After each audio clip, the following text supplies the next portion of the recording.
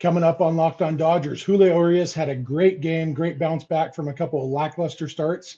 The Dodgers pounded the Phillies. We're going to talk about Julio's start, the offense exploding again for a second straight game, and we're going to talk about Wednesday's Major League debut coming up of Gavin Stone and how excited we are for that. That's what's on tap. So let's get Locked On Dodgers. You are Locked On Dodgers, your daily Los Angeles Dodgers podcast. Part of the Locked On Podcast Network, your team every day.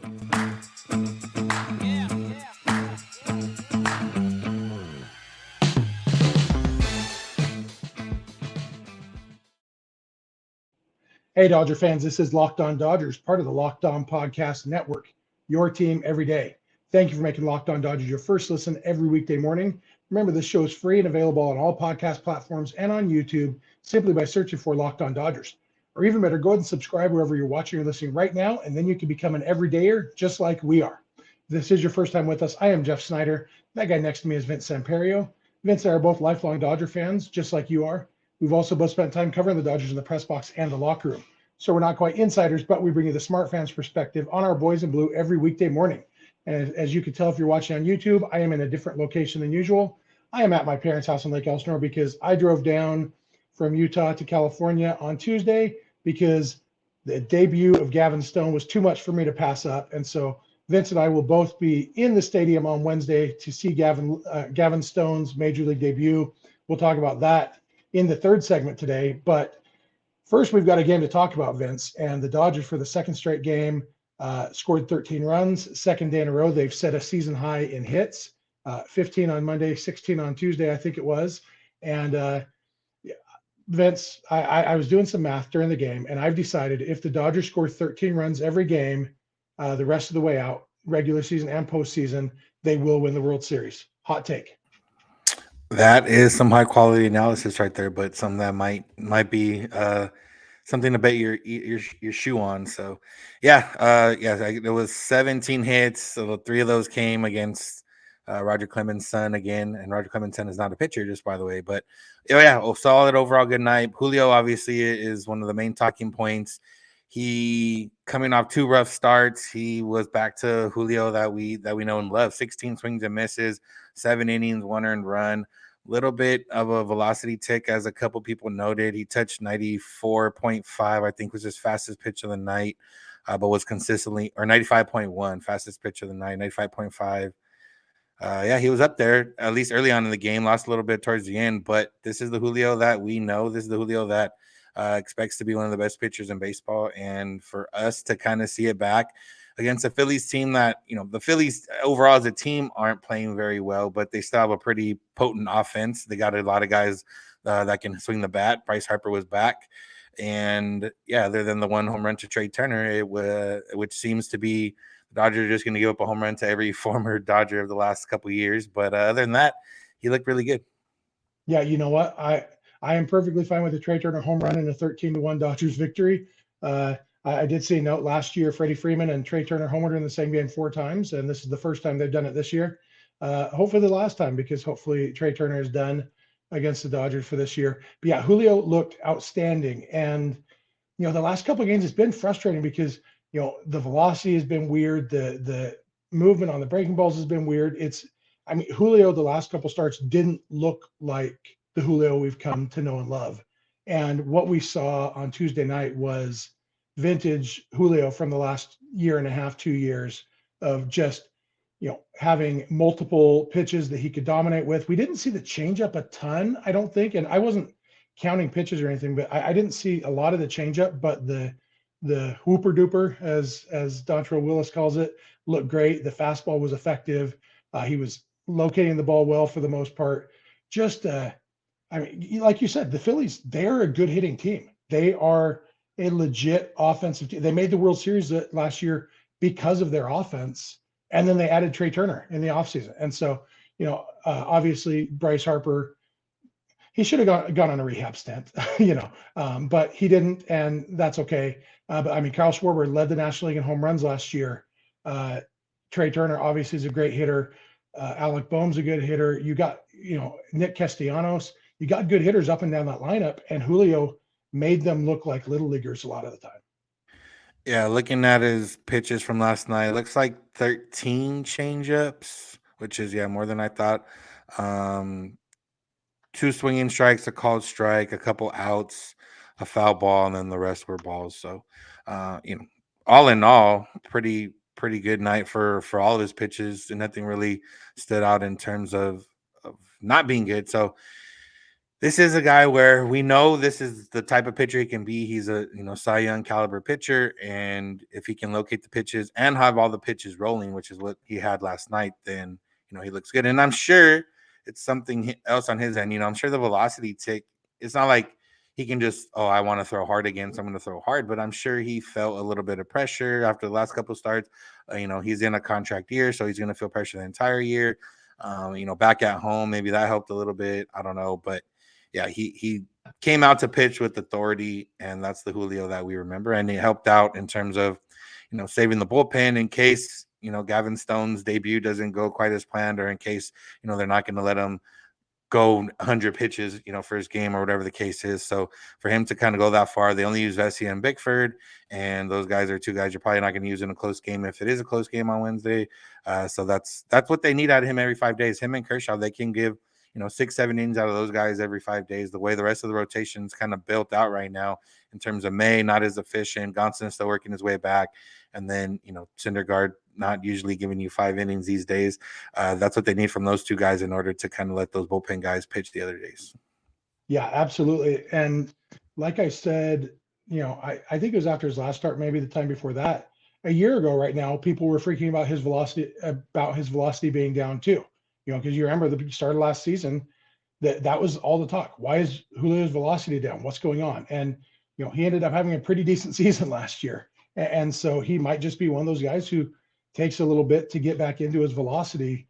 And he is the kind of pitcher that if he doesn't have the velocity and he has an off night as far as command goes, he can get knocked around a little bit. But as the velocity comes back, and most of the time he does have good command, it's a really good mix that you can see why we as Dodger fans and why Dave Roberts as the Dodgers manager has come to rely on Julio so much the last couple of years, because that potential to be just a game-changing pitcher is really, really strong. Yeah, and it's last night too, the bite on the slurve was a little different. He's had a little bit of a loopier slurve the last couple games, and when it's when it's thrown in the zone, it's pretty easy to hit. And like I said, the margin for error does go down in terms of your command when you don't throw 95, 96, and you're consistently in 92, 93 area, which is what we've seen when when Kershaw gets into trouble. It's when the slider doesn't have the bite that it normally has, and everything else kind of is coming in at not a fast pace, and you're able to hit it. And that's with Julio too.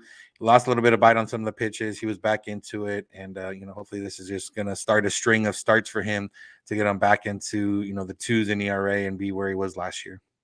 Yeah, absolutely. And like you mentioned earlier, the Dodgers only had to use Vesia and Bickford. They did have to warm up Evan Phillips, and then later Yency Almonte, and I can't remember who was next to Almonte. It might have just been Bickford, but at least a couple guys who they count on for a little bit more leverage had to warm up, but they were able to sit down because the offense came through. And so we're going to come back in a minute. We're going to talk about this offensive outburst, second straight game, first time this year that they've scored double digits in back-to-back games. A ton of really good stuff from the offense. So we'll be back in just a minute to talk about that. Thank you for making Locked On Dodgers your first listen every weekday morning, and please keep it Locked On Dodgers. This episode is brought to you by RocketMoney. They're free trials. Try it free for 30 days. All you got to do is put in your credit card number, and as long as you cancel before the 30 days is up, you'll never be charged.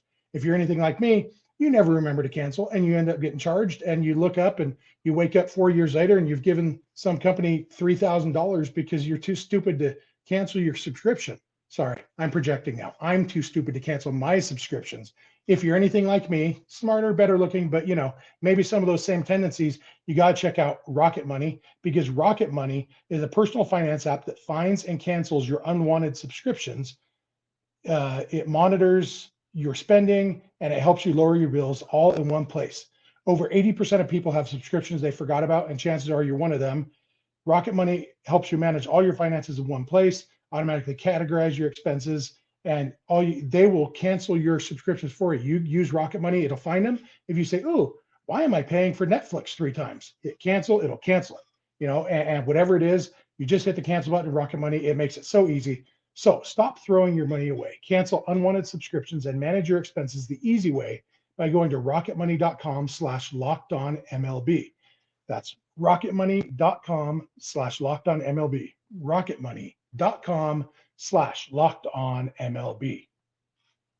All right, we are back. I want to thank you again for making Locked On Dodgers your first listen every weekday morning. I also want to remind you, if it's a day game today, the series finale with the Phillies, you might be stuck at work, so you can't watch the game on TV. Guess what? SiriusXM is here for you. Just pull out the trusty old SXM app and search for Dodgers, and you can listen to the hometown broadcast right from your phone, wherever you are, sitting in your office, sitting in your car, whatever it is, you can listen to the hometown broadcast. And you can do that for any game, any Dodger game. Just pull out the SXM app and search Dodgers, and you can listen. It's pretty awesome. I do it a lot. Vince, the Dodgers scored 13 runs, second straight game, as we mentioned. It really was a team effort, and a team minus Austin Barnes effort, and even he got an RBI with the base loaded walk off a position player at the end. But Miguel Vargas, 4 hits, including 3 doubles. Freddie Freeman hit a home run late in the game. Mookie Betts had 2 huge. Let's start with Mookie, Vince, because those 2 hits. He comes up. It's 1-0. The Dodgers had second and third, nobody out, and Miguel Rojas hits a line drive to the second baseman. Some bad luck there. He hit the ball well, but right at the second baseman. And then Austin Barnes, and struck out. And so you end up with second and third, 2 outs for Mookie Betts. And it's like, crap, are we not going to score here? But Mookie came through, full count, poked a base hit to right center field to score both runs. And then his next time up, similar situation, he's up with first and third and 2 outs. And he hits a base hit up the middle. He gets 3 RBIs, puts the Dodgers up at that point 4-1. And, the game was still tight in both of those at bats. Those were huge clutch at bats. It's easy to look at a 13-1 final score and think no individual at bat was that big a deal. But those 2 at bats by Mookie early in the game were real game changers. Yeah, and it's coming from Mookie now back-to-back nights with 3 hits, but a guy that was scuffling there a little bit. He was down to I think 230, 232, 235. Batting average wise. OPS still, kind of up there, but not, he had a 0 for the series in Pittsburgh. He had 1 hit a game, I think, in each of the Cardinal games, but now 3 hits back here. And for him to be that guy, and we've seen him come up a lot of times this season, not knowing the numbers off top right now, but I can look for him after. It seems like when Mookie comes up in a situation where we need a hit, he hasn't really come through very often, running scoring position or, just big leverage situations. So for him to come through with it and to come through with the single, knowing that you don't need to do too much and figuring it out that way and, still being able to have that power. But the Mookie Betts that we remember, the MVP Mookie Betts and the Boston Mookie Betts, he wasn't a game built on power. It was a game built on being a good hitter. And sometimes those balls went over the wall. Where last year a little bit Mookie was a little bit not that he's saying that he's going for power, he just happened to have more power. This year when he went to Driveline, they kind of told him to put some muscle on in order to kind of help out with that power as well. And I don't know if that's in his head. If he had a slow start last year too, so that's the case there. But whatever it is, it's one of those where he's not having a bad season, and if you look at his numbers throughout the days, they've been fine. It's just one of those where, when you think of Mookie Betts, you think of a little bit more maybe. And last night is what you think of is getting hits in clutch situations. Yeah, 2 games in a row where he has looked like a great hitter, not a power hitter, not a speedster, no specific thing, just this guy can hit. And, and another guy who's supposed to be like that and who we have seen flashes of at times, but not as consistently as we would like, is Miguel Vargas. And he had 4 hits, including 3 doubles, tied a Dodger record for most doubles in a game. I thought he might get that 4th one. He pulled the ball down the line off Cody Clemens there. Thought he might become the first Dodger ever with 4 doubles in a game, but it didn't quite get to the line, so it was just had to settle for a single, his 4th hit of the game. Vargas is a guy who, I do think that getting hit in the thumb earlier in the season affected his swing. We've talked before about how his bat was looking a little bit slow or behind, or whether it's a slow bat or, slow decision making or whatever. But not just on Tuesday night, but recently we've started to see better swings from Vargas.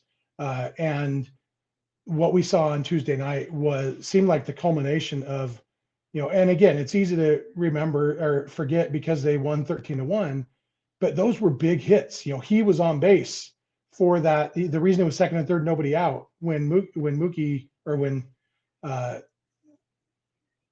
Rojas and Barnes got out is because Vargas had hit a double, and he was setting the table, getting on and taking some really important at bats. And it was really good to see him ripping line drives all over the field. Yeah, this is why you check the stats. Mookie is hitting over 400 runners in scoring position, but 8 hits total, which means at least 2 of those hits were last night. I would have got to imagine at least a couple more of those hits were in the last couple of days. So, maybe that's what it was. But either way, yeah, Vargas, this is a guy that we've talked about, got off to a slow start. Could have been because he just didn't get the at-bats that he would have normally got in the spring because of that broken thumb. Still adjusting to, still working on his defense, still adjusting to being an everyday player at second base. Whatever the case was, he was seeing the ball well, wasn't hitting it very well. Now he's starting to combine that seeing the ball well with being aggressive, kind of what we talked about last week, and it's starting to come through in fruition. And not only is he, getting base hits, but he's hitting the ball hard. And that doesn't always mean success, but the more often you hit the ball hard, the better chance you have at being successful. We've seen it with, Jason Hayward the last few weeks, bear itself out. We've seen it with Will Smith, bear itself out over the course of a season in the last couple of years. And we'll start seeing it with him if he continues to find the gaps and hit it. And, I saw some people when he hit the home run the other day, maybe concerned a little bit about power or whatever the case is. Miguel Vargas was never a power hitter. He was a pure hitter that had some power. And for me, if he can, hit 20, 25, 30 doubles, that's way more important at this point, especially this early in his development. And as you see, once he gets more comfortable and once he starts being able to pull the ball a little bit more and we'll start seeing some of that power, we'll start seeing him hit some balls into the left field pavilion for sure. Yeah. And we've seen how important a line drive is. The home runs are great. I am a huge fan of home runs. I've made that point many times on this podcast because I'll take a home run over a double any day because a home run, the guy who hit it gets to touch home plate and score a run. And, they're awesome, but I'll take a double over a ground out and, or a strikeout. If I wouldn't care if Miguel Vargas never hit any home runs if he ripped a bunch of doubles. And I think what we're going to end up with at some point in his career, he's going to be a guy with 20 to 25 homer power and 40 doubles a year. But if we start with the 40 doubles and eventually work up to the homers, great. What I want is him being confident up there, and a 4-hit night is definitely going to help with that confidence. Yeah. The other guy has had a good last week, Chris Taylor.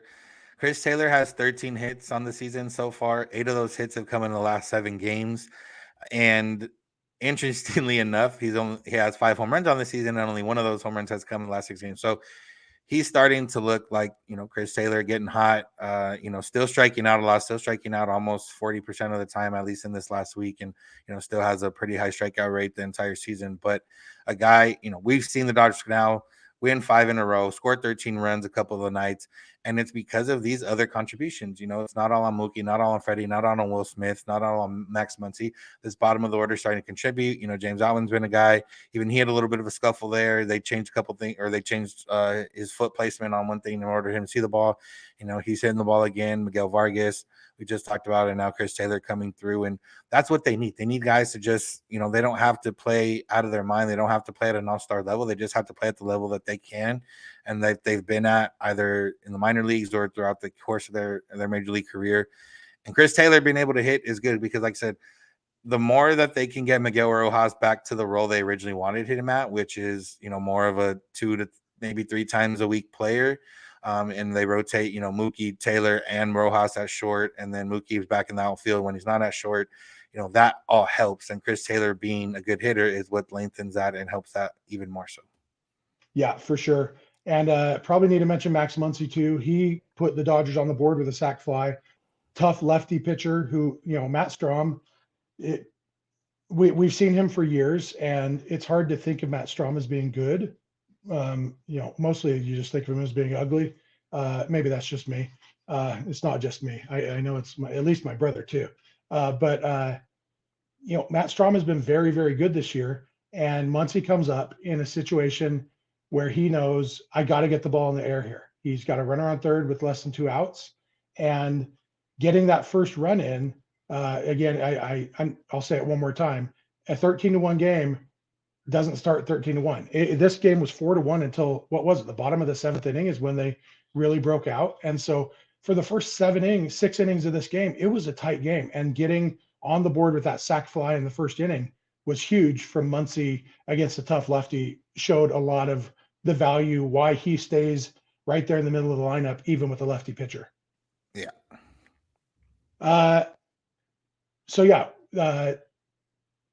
Miguel Rojas is probably not going to be in the lineup on Wednesday because Mookie Betts will probably be playing shortstop because the Dodgers will want to stack their outfield with lefties because Aaron Nola will be on the mound, and opposing Aaron Nola will be Gavin Stone making his major league debut for the Dodgers.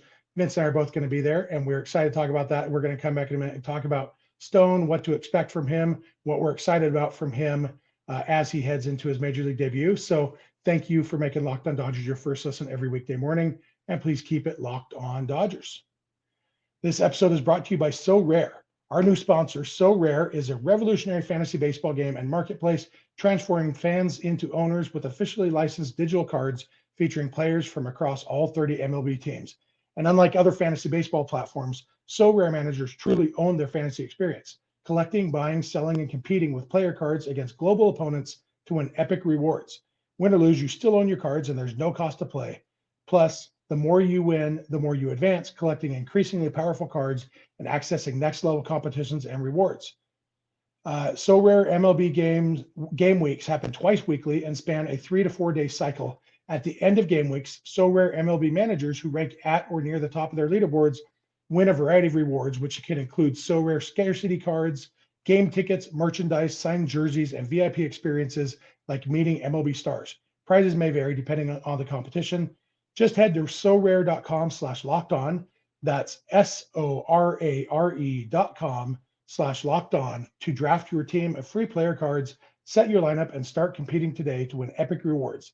Again, that's sorare.com/lockedon to start playing today.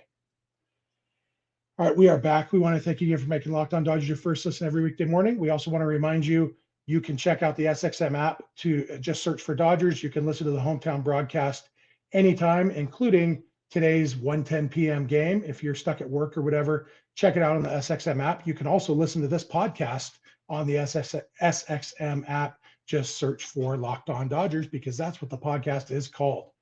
And we also want to thank you everydayers for being with us all the time. If you're not an everydayer yet, it's really easy to join that club. You just watch or listen every day. It's super fun. We love doing this podcast, and we love having you guys interacting with us.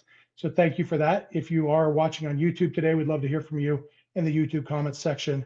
If you're listening, want to hear from you through social media or whatever, we'll give you all the contact info at the end like we always do. But before that, let's talk about Gavin Stone. He is one of the Dodgers' top 2 pitching prospects and was outstanding last year in the minors, had a 1.48 ERA overall across 3 levels of the minors last year. He struggled a little bit in his first couple minor league starts this season, but his last 2 starts have been outstanding. Dave Roberts finally made it official Tuesday night after the game that Gavin Stone will be making his major league debut today in today's 1:10 p.m. game. And it is something I'm really excited for. So excited that I hopped in my car Tuesday morning and drove all day to get down to California so I can go to the game with my brother. Vince, you will also be there with your brother. And I've talked about Gavin Stone all spring. I am really, really excited for Gavin Stone. Yeah, it's exciting. Caught us off guard over the weekend when it was announced. But it makes sense. They want someone to break up, give everyone else a day off, probably set the rotation a little bit better for the upcoming months. As we talked about last week, there's a gauntlet: Padres, Brewers, Rays, Twins. I believe there's a lot of good teams coming. So, if you can set yourself up to face some of those teams with some of your best arms, that makes a lot more sense in that process. If you can get one of your best, minor league pitchers sometime in the majors and to kind of figure things out, then that's even more benefit of the process. And with Stone, what we're going to see hopefully is him come in and just be comfortable. And it's hard for a young guy to come in and be comfortable, but he did it last year coming into, like I said, mentioned 3 different leagues, dominating all of them. This year, a little bit of slow start, but back to where he's at normally. And I think the big difference with him, this year to maybe last year, was walk rate. So kind of figuring that out. And that's obviously what's going to be toughest in the major leagues, because as we saw at Pepio last year, you could have the best pitches in the world, but if you guys don't swing at them, then it doesn't matter because you don't get that swing and miss. So, the good part for the Dodgers, at least, is that hopefully the offense, Nola's tough, but they've been able to get to good pitchers before. The Dodgers have already won the series, so there's no pressure in like, oh man, the Dodgers, or like there's no like 5-game losing streak, it's 5-game winning streak. I don't feel they're really pressured like, oh, I need to go in there and dominate. But, we'll see what happens. We'll see that change up, and I'm excited to see what he can do. And yeah, like I said, it's always fun to see a debut from a guy that you've been following along, or at least know who his name is for the last few years. Yeah, you and I went to a debut a couple of years ago in 2021 of a guy named Josiah Gray. That was a lot of fun. I think you and I sat together for that. Yeah. If I remember right, Dodgers walked off in a Will Smith home run, didn't they? Yeah. That was a good game. Hopefully it won't be a walk-off. Hopefully it'll be another 13-run game, because you remember my theory about scoring 13 runs a game. I think they ought to try that. Yeah, Gavin Stone, I'm a sucker for a changeup. Listeners to this show know that. I think it's because that was my main pitch when I was pitching. I had a really good changeup, and something about changeups, I feel like the changeup is the pitch that you are most likely to get a major league hitter to look like an idiot swinging at, because if you have a good changeup, it comes out looking like a fastball, and next thing you know, they swung and missed by 3 feet, and that's a lot of fun. Gavin Stone's is really, really good, and like you said, the question is going to come down to command, come down to throwing it close enough to the strike zone to get the swings, or even within the strike zone, and that's a big key, is being able to throw the changeup for a strike, and it's still nearly unhittable. But you can occasionally get a called strike, or at least get more swings at that, swings and misses, if you can throw it in the strike zone. I think it's important for us to temper our expectations, and I'm mostly talking to me now, because I do think Gavin Stone is going to be a very, very good pitcher in the major leagues for a long time. And we got to remember, it might not start today, but it might, and realistically, if they can get 4 innings from him, 2 or 3 runs, let the offense do the job, I'd be happy with that. I wouldn't mind seeing 6 shutout innings, but I think, like you said, the expectations are low enough, or the pressure is low enough, that whatever they get from him, they're going to be happy with. They have a fully rested bullpen, all their key pieces, and should be able to handle whatever he gives them. But I'm really excited to see whatever it is he gives them. Yeah, and at the very least, assuming the Phillies play most of their main guys, they are a little bit more of a free swinging team than some other teams, so that could play into the benefit, especially never having seen Stone, at least on a real mound. They don't play each other in the spring, so that could help them out. A lot of these guys will come out hacking. We know Trey Turner. If Harper's is in there, even Schwarber, they can be guys that have good at bats, Castellanos, but they're also guys that can swing it a lot more than some other people. So we'll see what their plan of attack is against a young guy. We've seen other teams come in with young guys and like I said, wake them, throw strikes before they even start swinging. But also the Phillies are coming off 2 losses that they allowed 13 runs in. So maybe they want to come out swinging and score some 13 runs of their own. Hopefully not, obviously. But yeah, I'm excited, and we'll see what happens. And hopefully this is just one of 2 hyped MLB debuts this year in terms of pitching wise. Hopefully we get Bobby Miller at some point later in the season. Yeah, I remember, Josiah Gray. I don't remember how he did in that debut. I remember being at Walker Buehler's first start. I don't remember how he did in that debut. I remember that I was there. And that's one of the big things about, you don't really care. Some debuts you remember, we'll never forget Yasiel Puig's major league debut, even Clayton Kershaw's, you remember that. But sometimes it's just the fact that he did debut. And that's kind of what I'm looking for from Stone. It's like the first of many, and being able to say, I was there. I watched it start. I remember I was at Russell Martin's first game. That was a lot of fun back in 2006. It's fun to be at these debut games, these big momentous games in what we hope turns out to be a notable career. So I'm excited. I'm excited to see you, Vince. I assume we'll run into each other. Might make a dozen times we will have been in each other's physical presence. So and most of those have come at Dodger Stadium. We had the winter meetings one time, and we had spring training once, and I think the rest of them have come at Dodger Stadium. So excited to see you again, and excited to watch Gavin Stone get the job done. Yeah. You got anything else for today, Vince? No, let's get the sweep, keep it rolling, and move on to San Diego this weekend.